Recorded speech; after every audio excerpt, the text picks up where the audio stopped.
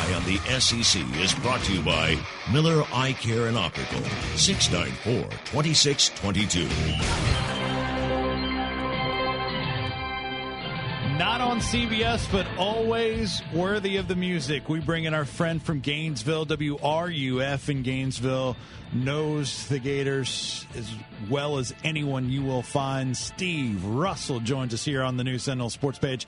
Steve, Vince, and Jesse Smithey, how you doing this morning, my friend?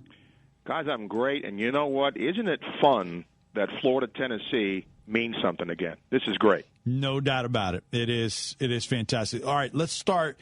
Let's get to business and start with the injuries. This may take a while, but give us up to date. Get us up to date. The players that are hurt, their status for the game, and then who's in for them. Sure. Jelani Jenkins is probably the biggest loss at will linebacker. Redshirt junior, a starter, is going to be out a month. At corner, Cody Riggs, who plays a lot there, along with Marcus Roberson, has a foot injury. He's out about a month. The injury I'm concerned about is running back Mike Gillislee, because Muschamp put it as getting dinged up. My understanding is it's a groin injury, and you know how those things go. This kid is a terrific back. He didn't get his chances the first couple of years at Florida with Dempsey and Rainey there. Gutty kid, but how healthy will he really be come Saturday? Can he get 15, 20 carries like he's been getting? If not, then you're looking at guys like Mac Brown, who hasn't played a lot, Matt Jones, a true freshman. They've even moved Amarius Hines to the backfield. So if he does not play or he's not effective, that will really hurt Florida offensively. And then some guys were just dinged up a little bit, but they should be back. But those two injuries are the two that really are the biggest that Gator fans are worried about. How much have they been practicing Gillislee or plan to practice him? Because like you said, groin injuries can be kind of tricky, kind of quirky, and it can re-injure those pretty quickly. Well, that remains to be seen because we don't get to see practice, obviously. But Muschamp says he's good to go. He'll be back at practice this week. But, fellas, look, I've had a groin injury. Most people have, and that can take days and weeks to heal sometimes. So I think he'll be very limited at practice this week. And if he really is not 100% come Saturday, once again, how much does he get the ball, all those things? I think he'll be really limited. Visiting with Steve Russell from WRUF in Gainesville. Get you his contact info here in just a little bit. Steve, covering the Florida Gators. So was there hope that maybe they would get Ronald Powell back by now?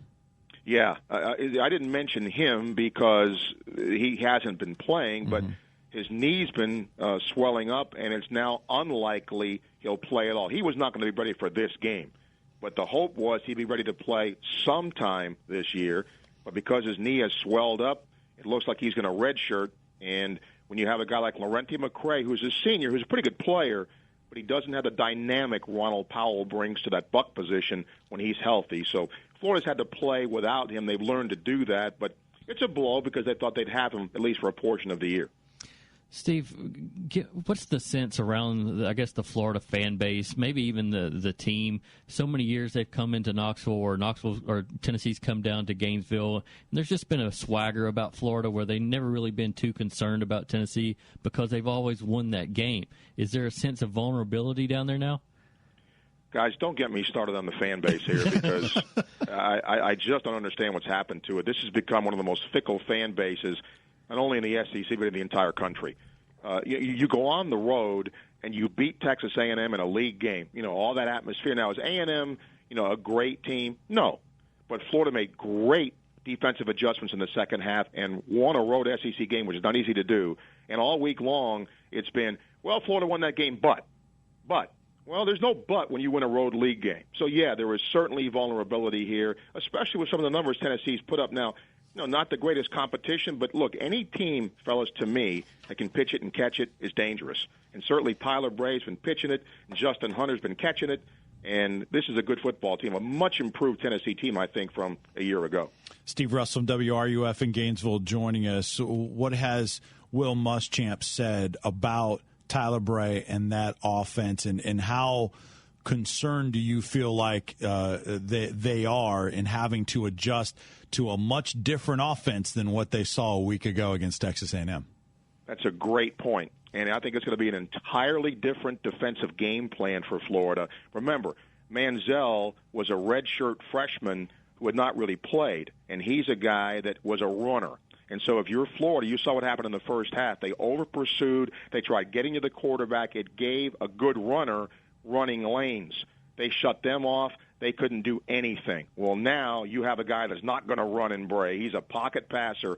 So when you had Florida not attacking the quarterback, I think in this situation you've got to attack the quarterback. You have to go after Tyler Bray a little bit to put some pressure on him. So I think a totally different dynamic defensively, and Muschamp has talked about how well Bray has played, how Tennessee's offense has played. So this is a concern. Good Gator defense here, but banged up, and a whole new philosophy on how to attack this offense.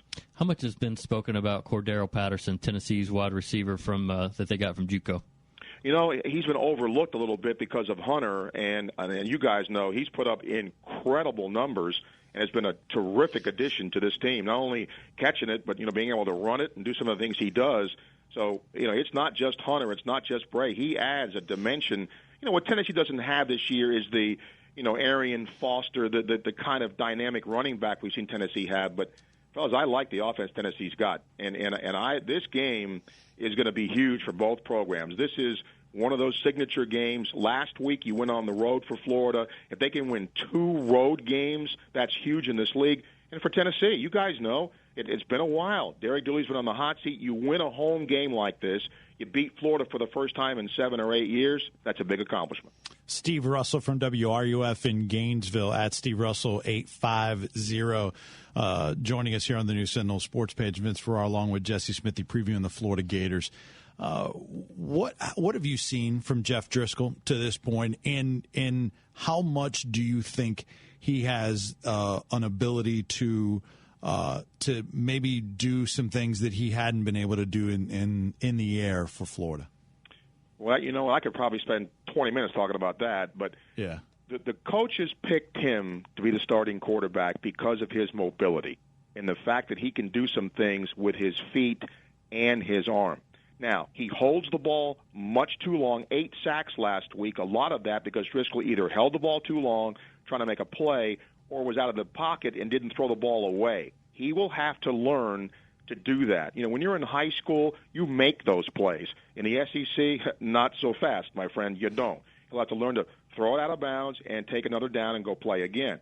But he's not turned the ball over, and that's what they're asking him to do. They're not asking Jeff Driscoll to win the game.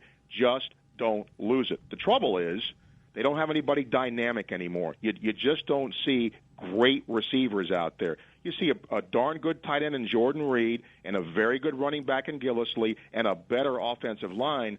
But outside of a catch here and there by a Hammond or somebody like that, no dynamic receiver. So what happens when Florida can't run the football and Driscoll's forced to throw it? That hasn't happened yet, but it's going to happen one day soon. You know that. So what's the game plan on both sides? How do you think Florida attempts to attack Tennessee and defense Tennessee? If I'm attacking Tennessee, they have not run the ball with great efficiency. And obviously they've thrown the ball very well. I attack Tyler Bray. I give him different looks. I disguise blitzes. You can't let him, fellas, in my opinion, sit there and just scan the field and throw the ball. He will kill Florida doing that. They have to disguise coverages and go after him. If you're Tennessee, I would stack the line of scrimmage, especially if Gillislee isn't 100%, and make Driscoll beat you throwing the ball. He's been pretty efficient, but again, he's not had to throw the ball 30 times, 35 times because the Gator running game's been pretty good. If I'm Tennessee defensively, stack the line, stop the run, make a young quarterback beat you throwing the ball on the road. Where is Muschamp as far as approval rating down there? He was a guy that everybody wanted in the country. Tennessee wanted Will Muschamp. What's his approval rating right now? Week to week. Week to week. This win against Texas A&M was his signature win. They hadn't beaten a team with a winning record at the time they played them. This was his signature win. You might look back 2 or 3 years from now and say, you know what, that Texas A&M game was the game that turned things around. Or if you lose this week, well, he can't coach, he's too young, there's no talent, all of that. So his approval rating, I don't think the Gator Nation has not wrapped their arms around him yet. Good guy, funny guy, and I think he's going to be a good coach. And I love the coaching staff he's assembled. But look, it's just like Derek Dooley there. You got to win in this league. If you don't win, you don't coach. And so this is a big year for him. But next year, I think, is the big year because most of his recruits will be there. The guys he's looked at. P's a second year in the system, assuming he doesn't go anywhere.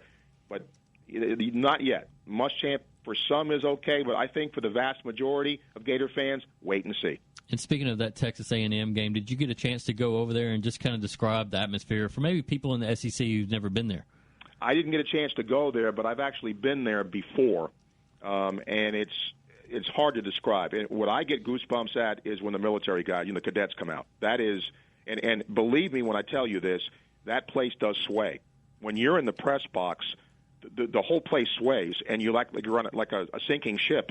You get seasick. It's an amazing phenomenon to see. I didn't go this time, but again, been there before for one, and it's a fun experience. SEC fans will have a fun time going to Kyle Field to see that. And in your mind, was it imperative that Florida and Georgia win those games this past Saturday, just for SEC respect, I guess? Not so much for that. For Florida, it was win to get respect, win to help Will Muschamp get a significant win. More so, I think, for Georgia because they have aspiration to win the SEC East, and they're the favorite to win the SEC East. And you want to go on the road and beat a team from the Big 12, especially with a guy who wouldn't shut his mouth about old man football. Well, I guess now he will. So I think the Big 12 learned a little something the other day. You got to play 4 quarters, not 2, not 3, 4, in order to compete, and they'll learn from that. Yeah, if they can't handle, I said this yesterday, if Texas A&M and Missouri couldn't handle the fourth quarter of the first game against a physical, tough SEC team, what's going to happen when they have to face that week after week after week? That's right, and I think that remains to be seen for these teams. And for A&M, remember, guys, last year, that hangover from blowing all those second-half leads with a defense that wasn't very good, they're better defensively than they were last year. And I think Sumlin's going to do a great job. Some of those play calls in the first half of that game were really good. And that kid, quarterbacking, is a really gutty kid. But you could see the momentum drastically changed, and they were outcoached in the second half. Sumlin was outcoached. Steve, last couple things with you. Talk about special teams. Caleb Sturgis, certainly All-American quality. Tennessee, not so much at that position. Talk about special teams, return game, and then the specialists.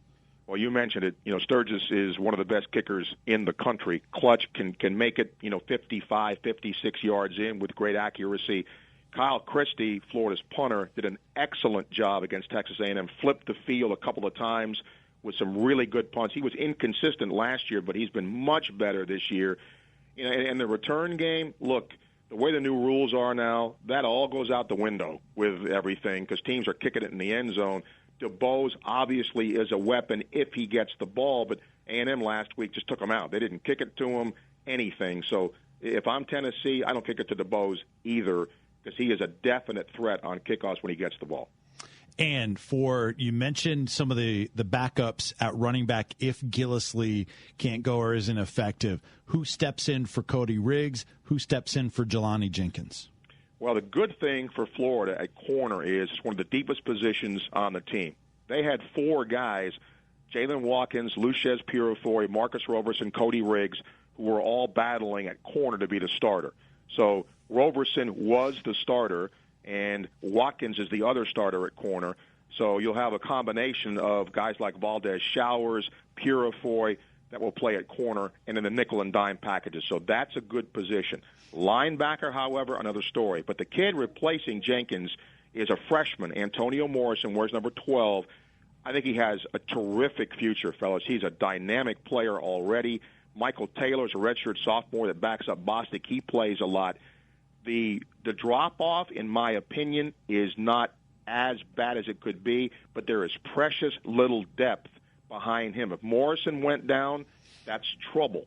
So he's got to stay healthy. How much of that dominant second half against Texas A&M was with those guys already out? Bostic was out early, so he was out first quarter. So that was most of it. And I believe Riggs got hurt in the third quarter. So, again, most of it happened with him out. It was just coaching. I mean, all Florida did to adjust in that game, Muschamp told his guys going after the quarterback, look, don't go after this guy. You're creating running lanes. Just get in there, stop, and don't give him gaps to run in. And they had to beat him throwing the ball, and they couldn't. They completely shut him down. So, to me, it wasn't personnel. It was Muschamp making a great adjustment and his guys following through. Steve Russell, you can follow him on Twitter. It's Steve Russell 850WRUF.com. Tell everyone about the show and your coverage this week. Sports Scene, noon to 2. You can listen to it online, and we're going to have you coming on later this week, Vince, and looking forward to that. And some other Tennessee guests as well. This is a big game, and like I said, I'm glad it is. It's about time for both Tennessee fans and Florida fans to restore this game to where it used to be. All right. Excellent work, as always, Steve. Really appreciate it. We'll talk to you later this week. Anytime, guys. Thank you. Thank you. Steve Russell, good as it gets on the Florida Gators.